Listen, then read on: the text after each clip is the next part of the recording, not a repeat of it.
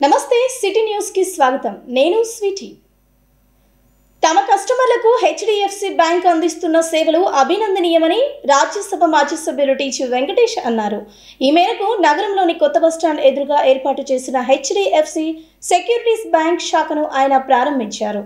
నగరంలోని కొత్త బస్టాండ్ ఎదురుగా గోపి హోటల్ వెనక భాగంలో నూతనంగా ఏర్పాటు చేసిన హెచ్డిఎఫ్సి సెక్యూరిటీస్ బ్యాంకును రాజ్యసభ మాజీ సభ్యులు టీజీ వెంకటేష్ ముఖ్య అతిథిగా హాజరై ప్రారంభించారు.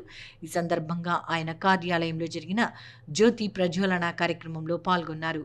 కార్యక్రమంలో HDFC securities bank regional manager Sunil Kumar Reddy తదితరులు పాల్గొన్నారు. ఈ సందర్భంగా రాజ్యసభ మాజీ సభ్యులు టీజీ వెంకటేష్ మాట్లాడుతూ హెచ్డిఎఫ్సి సెక్యూరిటీస్ బ్యాంకులో 50 లక్షల మంది ఖాతాదారులు ఉండటం అభినందనీయమని చెప్పారు. ఇది గొప్ప అచీవ్మెంట్గా ఆయన అభివర్ణించారు. ఈ సంస్థ వ్యాపార లావాదేవీలు నిర్వహిస్తూనే సేవా కార్యక్రమాల్లో ఉండటం మంచి పరిణామమని అన్నారు. దేశంలోనే అత్యున్నత స్థానంలో ఈ బ్యాంకు వెళ్తోందని వివరించారు. ఇలాంటి సంస్థలు ఎన్ని ఉంటే అంత ఉపయోగకరంగా ఉంటుందని ఆయన వ్యాఖ్యానించారు. దేశంలోని వివిధ ప్రాంతాలలో డిపాజిట్లను సేకరించి ఇలాంటి ప్రాంతాలలో అడ్వాన్సులు ఇవ్వటం వల్ల ప్రజలకు ఎంతో సౌకర్యవంతంగా ఉంటుందని వివరించారు. ఈ బ్యాంకు వ్యాపార పరంగా మరింత ఉన్నత స్థాయికి చేరుకోవాలని ఆయన ఆకాంక్షించారు. హెచ్డిఎఫ్సి బ్యాంకు సెక్యూరిటీస్ అంటే మాకు సుపరిచితులు హెచ్డిఎఫ్సి బ్యాంకు. ఇప్పుడు హెచ్డిఎఫ్సి సెక్యూరిటీ అనుబంధ సంస్థ కూడా చాలా బ్రహ్మాండంగా నడుస్తూ ఉంది. ఇప్పుడే చెప్పారు రీజనల్ మేనేజర్ సునీల్ రెడ్డి గారు 50 lakhs అకౌంట్స్ ఉన్నాయని విన్నాను. ఇట్స్ ఎ గ్రేట్ అనమాట, గ్రేట్ అచీవ్మెంట్. సింప్లిసిటీగా ఉంటూ ఎక్స్పెండిచర్ మినిమైజ్ చేస్తూ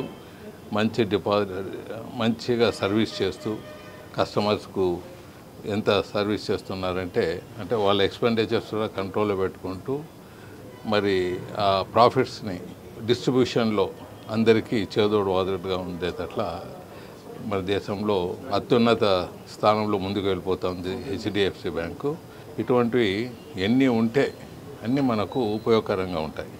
మన ప్రాంతము అంత ఎక్కువగా లాభదాయకంగా ఉండదు. అందుకే చాలామంది బ్యాంకులు ఏమంటారంటే ఇక్కడ డిపాజిట్స్ ఉండవు, అంత అడ్వాన్స్లు ఎక్కువ ఉంటాయి అంటారు. అంతే, ఇక్కడ అడ్వాన్సులు తీసుకునే వాళ్ళు ఎక్కువ ఉంటారు, డిపాజిట్ లేదు. సో వాళ్ళ నుంచి మనకేం లాభం అయితే ఉందంటే మిగతా ప్రాంతాల్లో ఉన్న డిపాజిట్స్ని మనం వ్యాపారాలు చేసుకునేదానికి మన ప్రాంతాల్లో జనాలకు ఇస్తున్నారు. It's a great help. ఎందుకంటే మనకు లేకపోతే రాదు వాళ్ళకి డిపాజిట్స్ ఎక్కడైనా వస్తే కానీ వాళ్ళు అడ్వాన్స్లు ఇవ్వలేరు బ్యాంకింగ్ సిస్టంలో. సో అక్కడ వేరే దగ్గర డిపాజిట్ పెంచుకుంటూ ఇక్కడ సర్వీస్ చేస్తుంటారు బ్యాంకులు. దాంట్లో హెచ్డిఎఫ్సి సెక్యూరిటీస్ నెంబర్ 1గా ఉన్నందుకు మా కర్నూలుకు చేస్తున్న సేవలకు మరొకసారి కృతజ్ఞతలు తెలియజేస్తారు. రాష్ట్ర ప్రభుత్వం గృహ నిర్మాణాలకు సంబంధించి ఎస్సీ, ఎస్టీ, బీసీ లబ్ధిదారులకు అదనపు ఆర్థిక సహాయం అందజేయనుందని జిల్లా కలెక్టర్ రంజిత్ బాషా తెలిపారు. జిల్లాకు సంబంధించి 47.85 కోట్ల రూపాయల మేరకు అదనపు ఆర్థిక సహాయం రాష్ట్ర ప్రభుత్వం అందజేస్తుందని వివరించారు. నగరంలోని జిల్లా కలెక్టరేట్ సమావేశ మందిరంలో జిల్లా కలెక్టర్ రంజిత్ బాషా విలేకరులతో మాట్లాడుతూ బీసీ, ఎస్సీ, ఎస్టీ గృహ నిర్మాణ లబ్ధిదారులకు రాష్ట్ర ప్రభుత్వం అదనపు ఆర్థిక సహాయం అందించనున్నట్లు వెల్లడించారు. గృహ నిర్మాణాలకు సంబంధించి డిసెంబర్ 10, 2024 తర్వాత నిర్మాణంలో పురోగతిలో ఉన్న ఇళ్లకు సంబంధించిన లబ్ధిదారులకు అదనపు ఆర్థిక సహాయం చేసేందుకు రాష్ట్ర ప్రభుత్వం జీవో విడుదల చేసిందని తెలిపారు. ఎస్సీ, ఎస్టీ, బీసీ లబ్ధిదారులకు 50,000, ఎస్టీ లబ్ధిదారులకు 75,000, పీవీటీజీలకు ₹1,00,000 చొప్పున అదనపు ఆర్థిక సహాయం రాష్ట్ర ప్రభుత్వం అందజేస్తోందని చెప్పారు. జిల్లాలో గృహ నిర్మాణ పథకం కింద 39,000 వరకు ఇళ్లను మంజూరు చేయగా ఇందులో 22,590 ఇళ్లను పూర్తి చేయడం జరిగిందని తెలిపారు.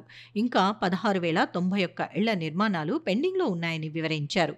హౌసింగ్ పథకం కింద జిల్లాలో 9,446 మంది ఎస్సీ, ఎస్టీ, బీసీ లబ్ధిదారులు ఉన్నారని వివరించారు.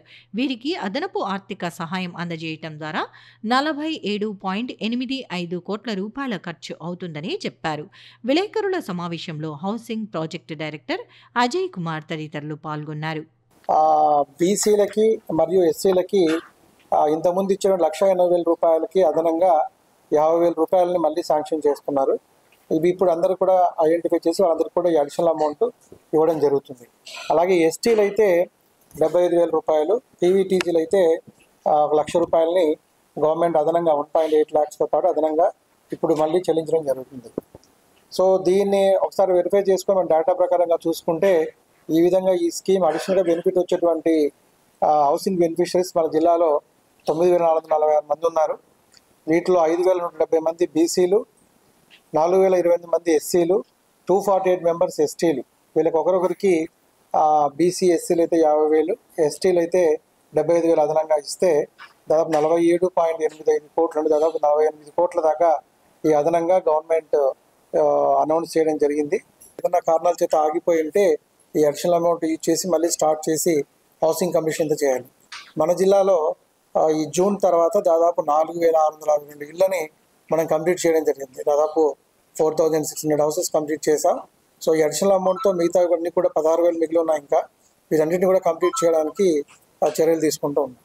రాష్ట్ర వ్యాప్తంగా పట్టణాల్లో భవన నిర్మాణ అనుమతుల కోసం రోజుల తరబడి వేచి చూడాల్సిన అవసరం లేదని, దరఖాస్తు చేసుకున్న 24 గంటల్లో అనుమతులు పొందేందుకు వీలుగా రాష్ట్ర ప్రభుత్వం చర్యలు తీసుకుందని పట్టణ ప్రణాళిక విభాగం ప్రాంతీయ డిప్యూటీ డైరెక్టర్ విజయభాస్కర్ తెలిపారు. ఈ మేరకు నగరంలోని ఎస్బీఐ కాలనీలో ఉన్న నగరపాలక సంస్థ సమావేశ భవనంలో ఇందుకు సంబంధించి అవగాహన సదస్సు నిర్వహించారు. నగరంలోని ఎస్బీఐ ఎంప్లాయీస్ కాలనీలోని నగరపాలక సమావేశ భవనంలో ఉమ్మడి కర్నూలు జిల్లాలోని మున్సిపాలిటీల పట్టణ ప్రణాళిక విభాగ అధికారులు, సచివాలయ ప్లానింగ్ కార్యదర్శులు, లైసెన్స్ ఇంజనీర్లకు అవగాహన సదస్సు నిర్వహించారు. ఈ సందర్భంగా ప్రాంతీయ పట్టణ ప్రణాళిక శాఖ డిప్యూటీ డైరెక్టర్ విజయ్ భాస్కర్ మాట్లాడుతూ, భవన నిర్మాణాలకు అనుమతుల్లో జాప్యాన్ని నిరోధిస్తూ ప్రభుత్వం కొత్తగా పథకం అమలుకు శ్రీకారం చుట్టిందని, తద్వారా దరఖాస్తు పోర్టల్లో అప్లోడ్ చేసిన గంటల వ్యవధిలోనే అనుమతులు పొంది పనులు ప్రారంభించుకోవచ్చని, ఆక్యుపెన్సీ సర్టిఫికేట్ సైతం పొందవచ్చని అన్నారు.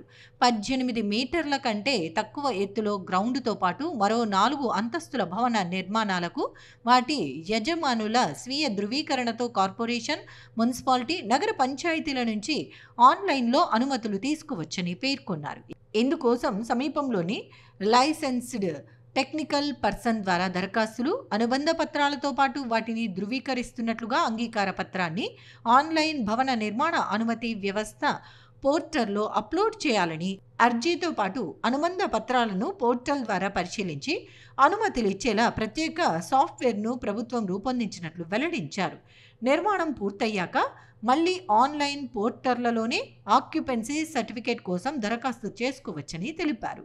భవన నిర్మాణాలకు ఆన్లైన్లో అనుమతులు తీసుకున్నాక పనుల నిర్వహణపై పట్టణ ప్రణాళిక అధికారులు ఇప్పటి వరకు చేపట్టిన పోస్ట్ వెరిఫికేషన్ పద్ధతిలో సైతం ప్రభుత్వం చట్ట సవరణ చేసిందని అన్నారు. సర్వే రిపోర్టు, స్థలం విలువ ఆధారిత సర్టిఫికేట్ తదితరాలు తప్పనిసరని, దీనికి విరుద్ధంగా ఎవరైనా వ్యవహరించినట్లు ఆకస్మిక తనిఖీల్లో వెల్లడైతే అనుమతులు రద్దు చేస్తామని స్పష్టం చేశారు. టెక్నికల్ పర్సన్ల పరంగా తప్పులు చేసినట్లు నిర్ధారణ అయితే అలాంటి వారి లైసెన్సులు 5 ఏళ్ల పాటు రద్దు అవుతుందని హెచ్చరించారు. కార్యక్రమంలో city planner Shri Pradeep Kumar, deputy city planner Shobhan Babu, జిల్లా DTCPO Sasilatha, Nandyal assistant city planner Murthy, RD DTP TPA Omkar, కూడా ఈఈ సురేష్ కుమార్, వివిధ మున్సిపాలిటీల టౌన్ ప్లానింగ్ అధికారులు, సిబ్బంది, వార్డు ప్లానింగ్ రెగ్యులరేషన్ కార్యదర్శులు, ఎల్టీపీలు పాల్గొన్నారు. Self certification of the approval అనే విధంగా ఇచ్చారు. సో వీటన్నిటిని ప్రజల్లోకి తీసుకెళ్ళి ఆ రూల్స్ గురించి మేము అందరికీ ఎక్స్ప్లెయిన్ చేస్తున్నాము. ఇప్పుడు మనము అనంతపురం ఈ ఆర్డీ గారి రీజన్లో భాగంగా కర్నూలు నగరంలో, కర్నూలు యొక్క ఇక్కడ కర్నూలు జిల్లాలో ఉన్న రెస్ట్వైల్, కర్నూలు, నంద్యాల, ఎమ్మిగనూరు, గూడూరు, నందికొట్కూరు ఈ మున్సిపాలిటీలు అందరికీ కూడా ప్లానింగ్ సెక్రటరీసు, లైసెన్స్ సర్వేయర్సు, తర్వాత ఈ ప్లాన్లు గీసి ఇంజనీర్స్ అందరికి కూడా వాళ్ళందరినీ ఇట్లా పిలిపించి ఒక మీటింగ్ పెట్టాము. ఆ మీటింగ్లో గవర్నమెంట్ యొక్క ఉద్దేశమైన పారదర్శకంగా ఉంటూ ప్రతి ఒక్కరికి చేరువలో రూల్స్ అన్నీ కూడా దగ్గరికి రావాలని అందరికీ తెలియాలనే ఉద్దేశంతోనే మేము అందరికీ తెలియజేస్తున్నాము. దాంట్లో భాగంగా ఇప్పుడు ఇక్కడికి మన ఆర్డీ గారు భాస్కరు ప్లస్ నగర కార్పొరేషన్ నుంచి నేను సిటీ ప్లానర్గా నేను ప్రదీప్ కుమారు, వీళ్ళందరూ కూడా అంటే ప్లానింగ్ సెక్రటరీస్ అందరూ కూడా వచ్చి ఇదంతా చేస్తున్నాము.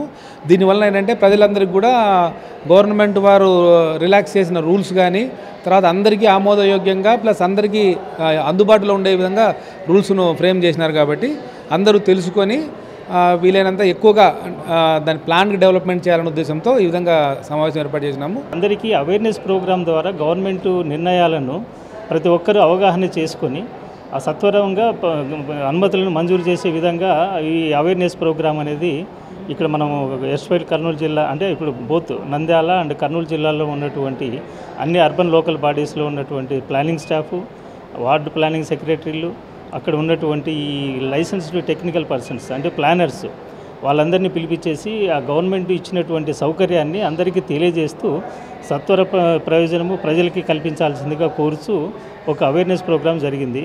తర్వాత జీవో నంబర్ 20లో ఇక మీదట 18 మీటర్ల హైటు బిల్డింగ్ ఉన్న వాటికి వాళ్ళు ఒక ఇంజనీరు, ఒక సైట్ ఓనరు ఎవరైతే బిల్డింగ్ అప్లికేషన్ ఉంటుందో వాళ్ళిద్దరు కూర్చొని అందులో ఉన్నటువంటి నియమ నిబంధనలకు అండర్టేకింగ్స్ అన్నీ ఇచ్చేసేసి డైరెక్ట్గా వాళ్ళే పర్మిషన్ తీసుకునే వెసులుబాటు కూడా ప్రభుత్వం కల్పించింది. ఆ సౌకర్యాన్ని కూడా ఎలాగ ఉపయోగించుకోవాలి, ఎలాగ దాన్ని ప్రజలకి సౌకర్యవంతంగా చేయాలన్న ఉద్దేశంతో ఆ గైడ్లైన్స్ కూడా మేము పవర్ పాయింట్ ప్రజెంటేషన్ ద్వారా అందరికీ తెలియజేస్తున్నాము. ఇది అందరూ ఉపయోగించుకోవాలని చెప్పేసి విజ్ఞప్తి చేస్తున్నాం. ప్రభుత్వ సేవలకు సంబంధించి లబ్ధిదారుల్లో సంతృప్తి ఉండేలా అన్ని విభాగాల అధికారులు పని చేయాలని జిల్లా కలెక్టర్ రంజిత్ బాషా తెలిపారు. ఈ మేరకు నగరంలోని జిల్లా కలెక్టరేట్ సమావేశం మందిరంలో అధికారులతో ఆయన సమీక్షా సమావేశం నిర్వహించారు.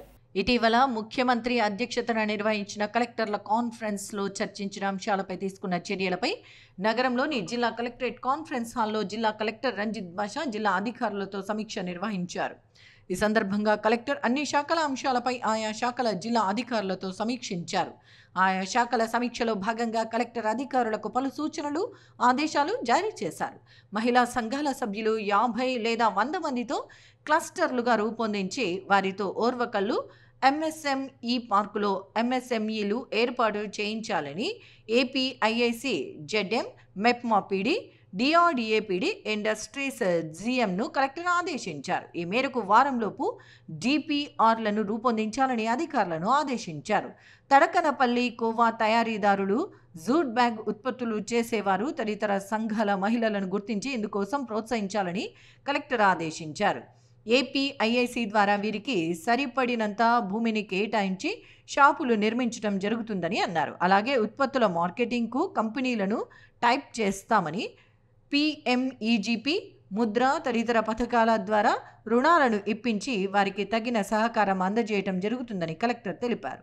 రెవెన్యూ సర్వీసులు, సర్వే, పౌర సరఫరాలు, ఆసుపత్రుల్లో సేవలు, దేవాలయాలు, మున్సిపల్ శాఖలోని సేవలు తదితర అంశాల్లో లబ్ధిదారుల నుంచి ప్రజాభిప్రాయ సేకరణ జరుగుతోందని, ఆయా శాఖలకు సంబంధించి డేటా తీసుకుని వ్యతిరేకత అంశాల్లో తీసుకున్న చర్యలపై నివేదిక ఇవ్వాలని కలెక్టర్ అధికారులను ఆదేశించారు. ప్రభుత్వ సేవలకు సంబంధించి లబ్ధిదారుల్లో సంతృప్తి ఉండే విధంగా చర్యలు తీసుకోవాలని కలెక్టర్ అధికారులకు సూచించారు.